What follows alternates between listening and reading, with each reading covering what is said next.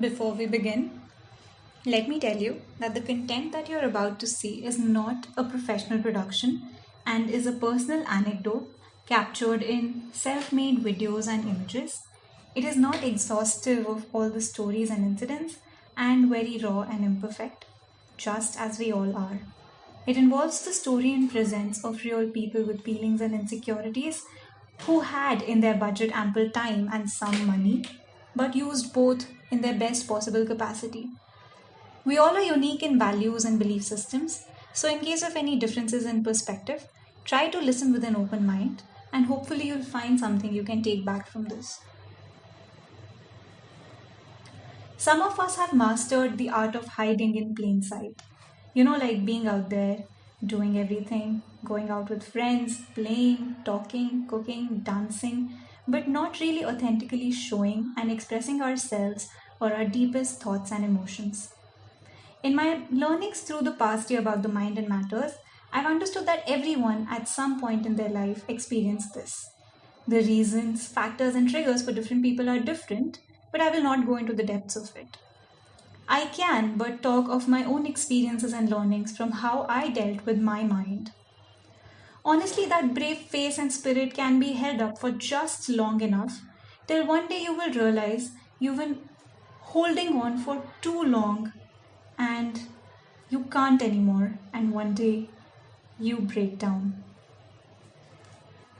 The onset of nationwide lockdown in 2020 brought with it many uncertainties, fears, and anxieties, and grief about various aspects of our previously normal life, and I certainly felt knocked out. I couldn't associate myself or my life with the adjectives I used earlier. In those days when the purpose of my life started fading out, I decided to make my day more meaningful by doing more things that made me feel alive, two of them being yoga and dancing. My purpose to do them changed when I saw that people around me were also suffering.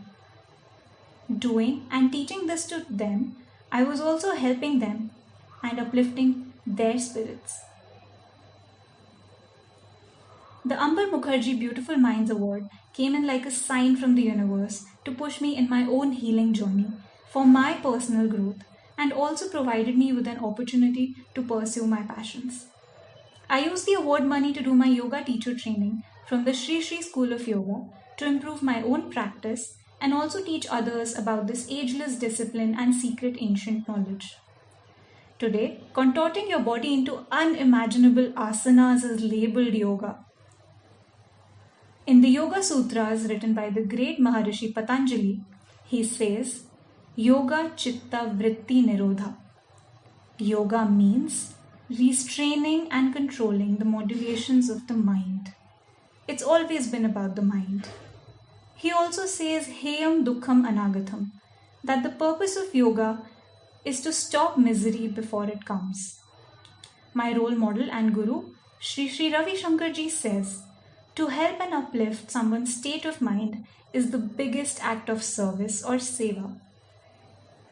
After having dealt with overwhelming mental health issues myself, I decided if I could help even a few people learn how to deal with their own mind better, it would make my life meaningful.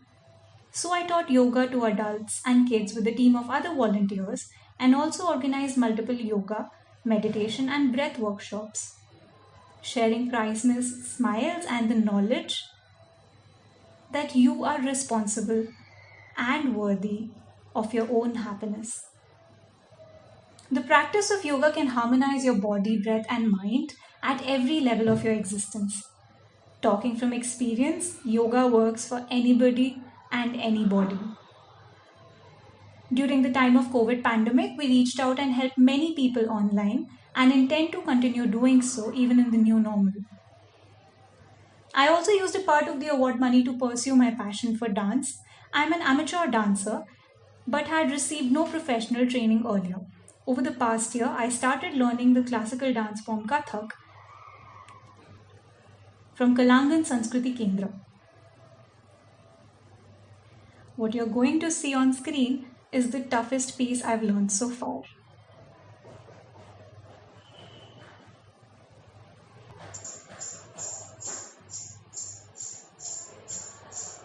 tat tat tram thai, tigdha dig dig thai, tram thai, thai ta thai, tigdha dig dig thai, tram thai, thai ta thai, tigdha dig dig thai, tram thai, thai ta thai.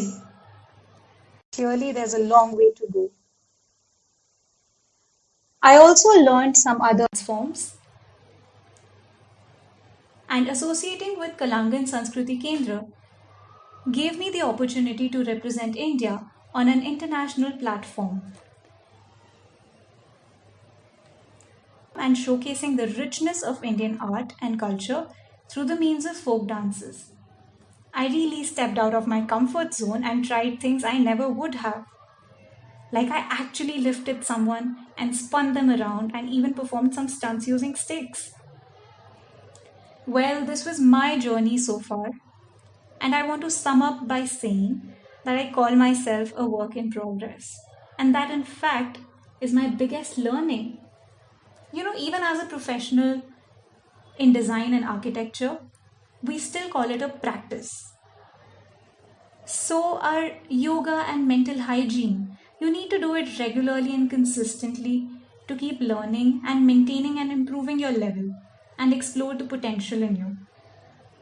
I hope I inspired some of you to actively take responsibility, take an initiative to learn about mental hygiene, and take care of your own mind. And if you can, help someone to heal from their suffering. I want to thank the Friends of Amber Beautiful Minds Foundation for trusting in me and providing me this opportunity to explore the potential in me.